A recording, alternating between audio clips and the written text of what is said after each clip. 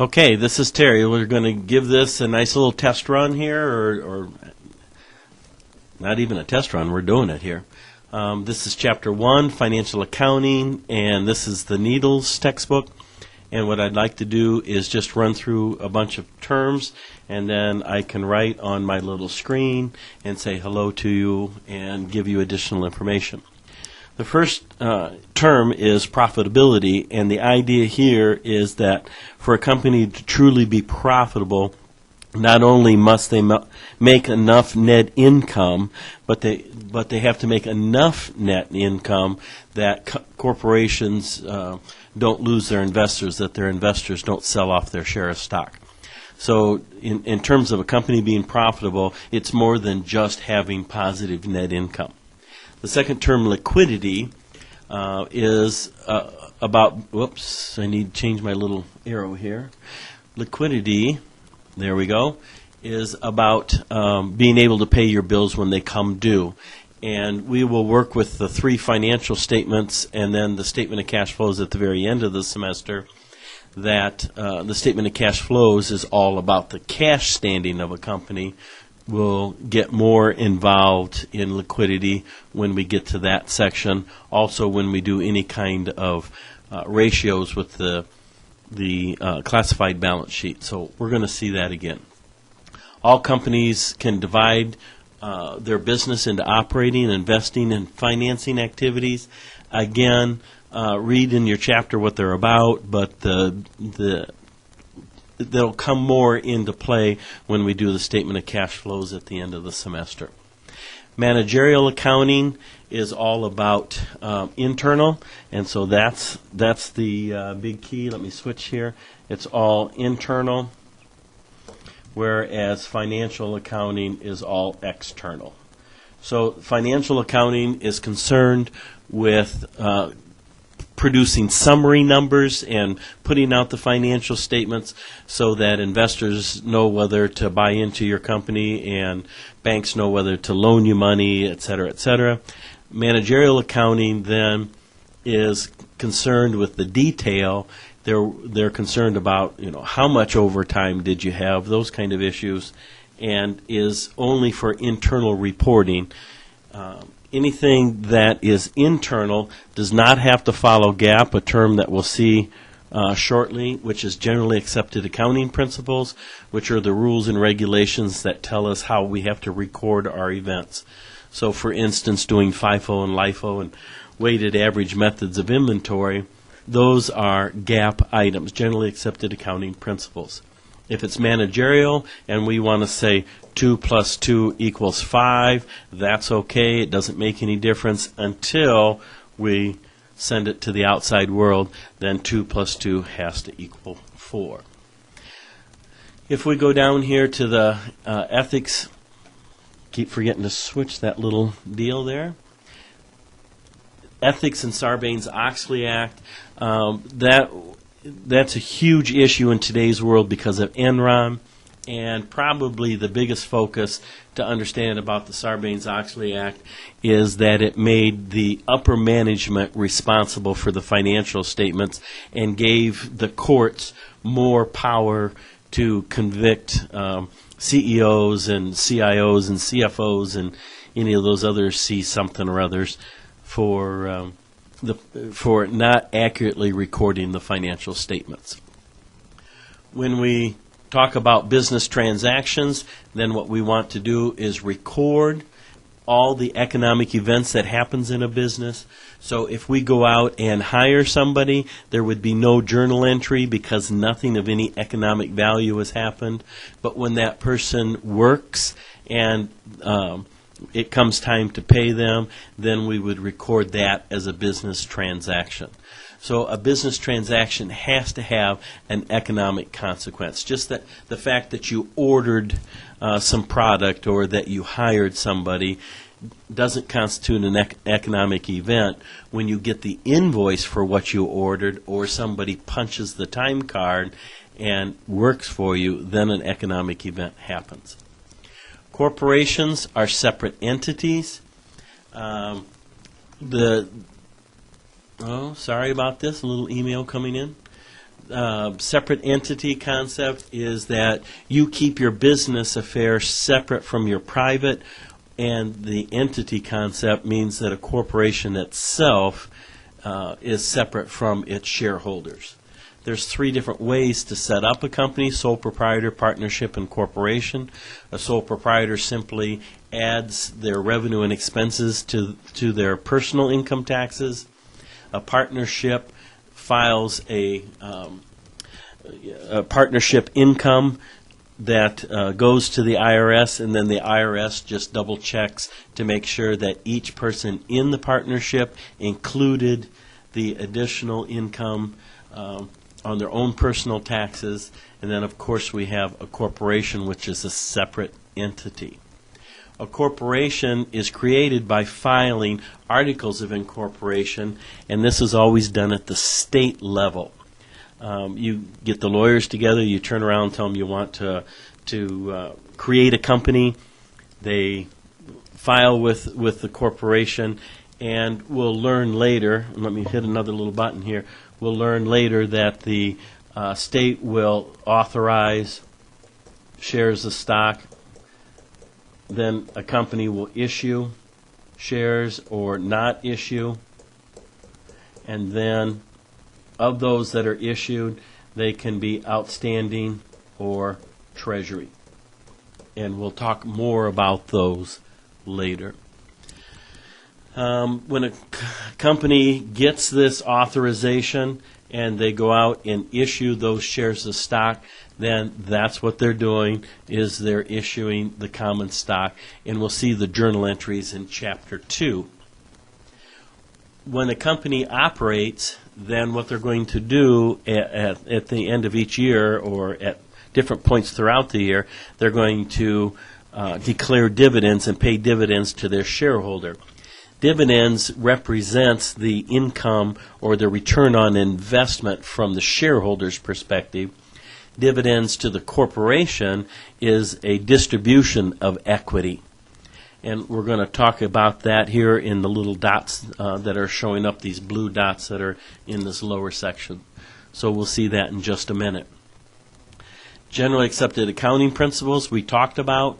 CPAs are certified public accountants who come in and audit the books. They're doing that on behalf of the public and of the investors to come in and make sure that the corporation's books are accurate or reasonably accurate. CPAs belong to a group called the American Institute of Certified Public Accountants. The group that is in charge of the accounting world is called the Financial Accounting Standards Board. It originally started out as the Committee on Accounting. It's either procedures or practices. And then that was around in the late 1800s, early 1900s. They got booted out by the SEC, who turned around and said, "You boys aren't doing a very good job. It's time to get rid of you. We're going to make you part of the federal government." The committee turned around and said, no. What we'll do is make the Accounting Principles Board. So the APB took over. There was 18 to, I think, 22 members was the max that there ever was. And the problem was agency theory, that there were roughly 6 people from universities, 6 people from major accounting firms, and 6 people from, which one did I leave out? Universities, accounting firms, and corporations. So everybody was voting on legislation based on what was best for them. So the SEC stepped in again and said, "You boys aren't doing a very good job either." And around 1973, 74, something like that, then the Financial Accounting Standards Board took over, and they are the governing body of the accounting world today. The accounting world is self-regulated, is not part of the federal government.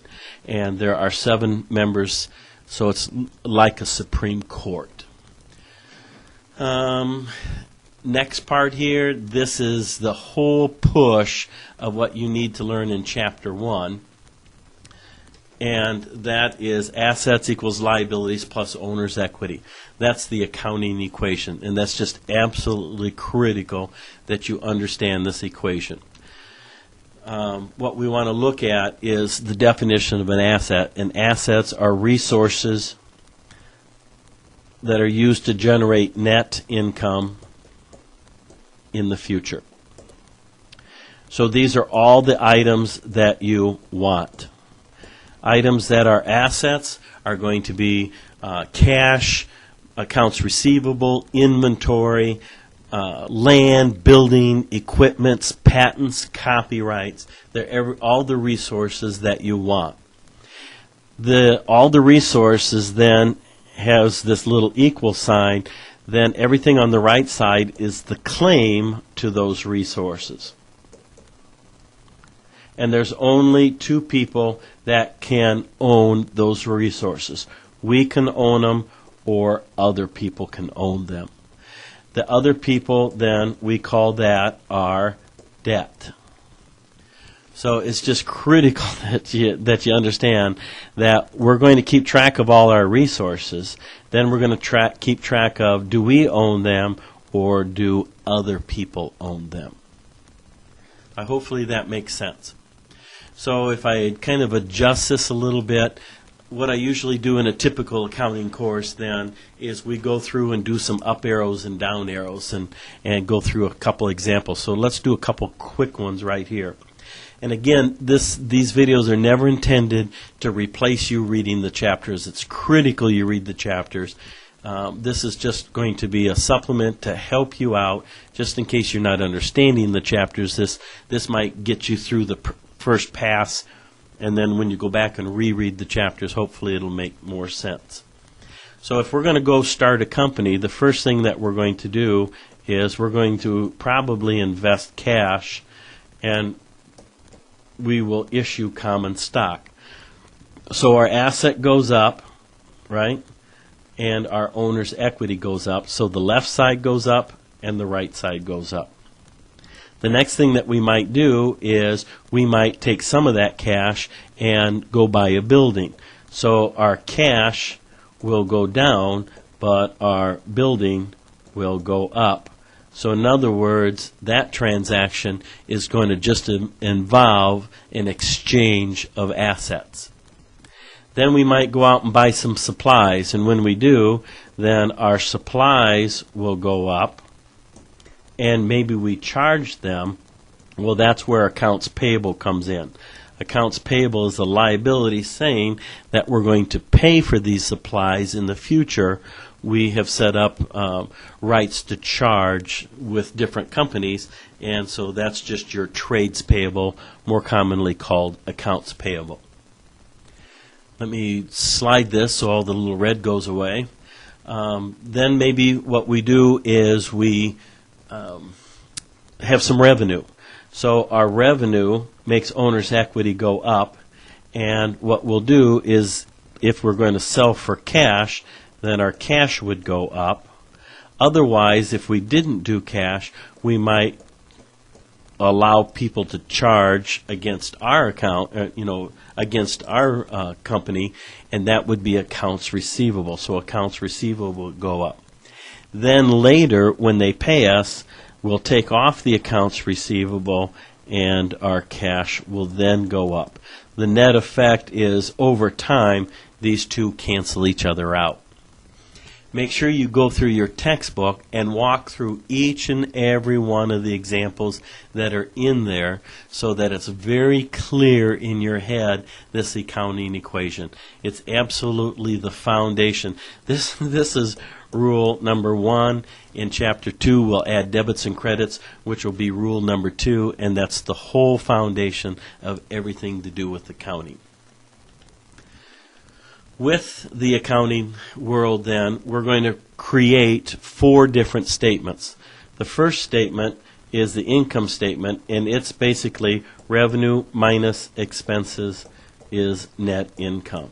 And it's that simple. We'll deal with it in a later chapter that we'll call our revenue sales, and our expenses will become cost of goods sold, operating expenses, and taxes.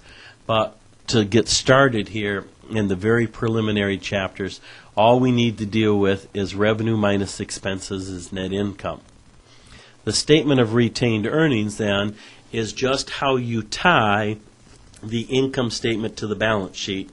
And what we do is we say our beginning retained earnings plus net income minus dividends is going to be our ending retained earnings. So our beginning retained earnings for a brand new company would be 0. The net income figure would come in from the income statement, and then we would record of the earnings that we had in the first period here. We would record that we distributed some of those to our shareholders, which are called dividends. So it's a reduction of the owner's equity. And that finally gives us this ending retained earnings balance. Once we know that statement, then I'm going to slide down and this red will go away here. Then we come back and we have the balance sheet, and that is our accounting equation. It's assets equals liabilities plus owner's equity. So we'll list all our assets such as cash and accounts receivable and inventory and buildings and investments and trademarks and patents and all your intangibles. Our liabilities will be items like accounts payable and taxes payable and interest payable, or the long-term items such as bonds payable. And since this is a video, you can always rewind if you didn't catch some of this. The owner's equity then subdivides into 2 specific areas. One is called contributed capital, and the other one's retained earnings, which is this ending retained earnings flows in. So the income statement flows into the statement of retained earnings. The statement of retained earnings flows into the balance sheet through the retained earnings account. Contributed capital represents the original investment into the company. So that first journal entry where we said that we were going to get cash and common stock, that we were going to issue common stock, then that's where this goes. Common stock goes into the contributed capital section. So again, the contributed capital represents original investment. The retained earnings then is exactly what it says it is. It's the earnings that are retained in the business. Then we've got this fourth statement, which is the statement of cash flows, and what it does, it takes we got a little cancel there. It takes all the other 3 statements and just restates them on a cash basis. So we're looking at cash. The example I always give in the classroom, that I point out somebody who's middle-aged and say, to the parents, that's somebody's daughter or son, but to the kids, that's a mother or a father.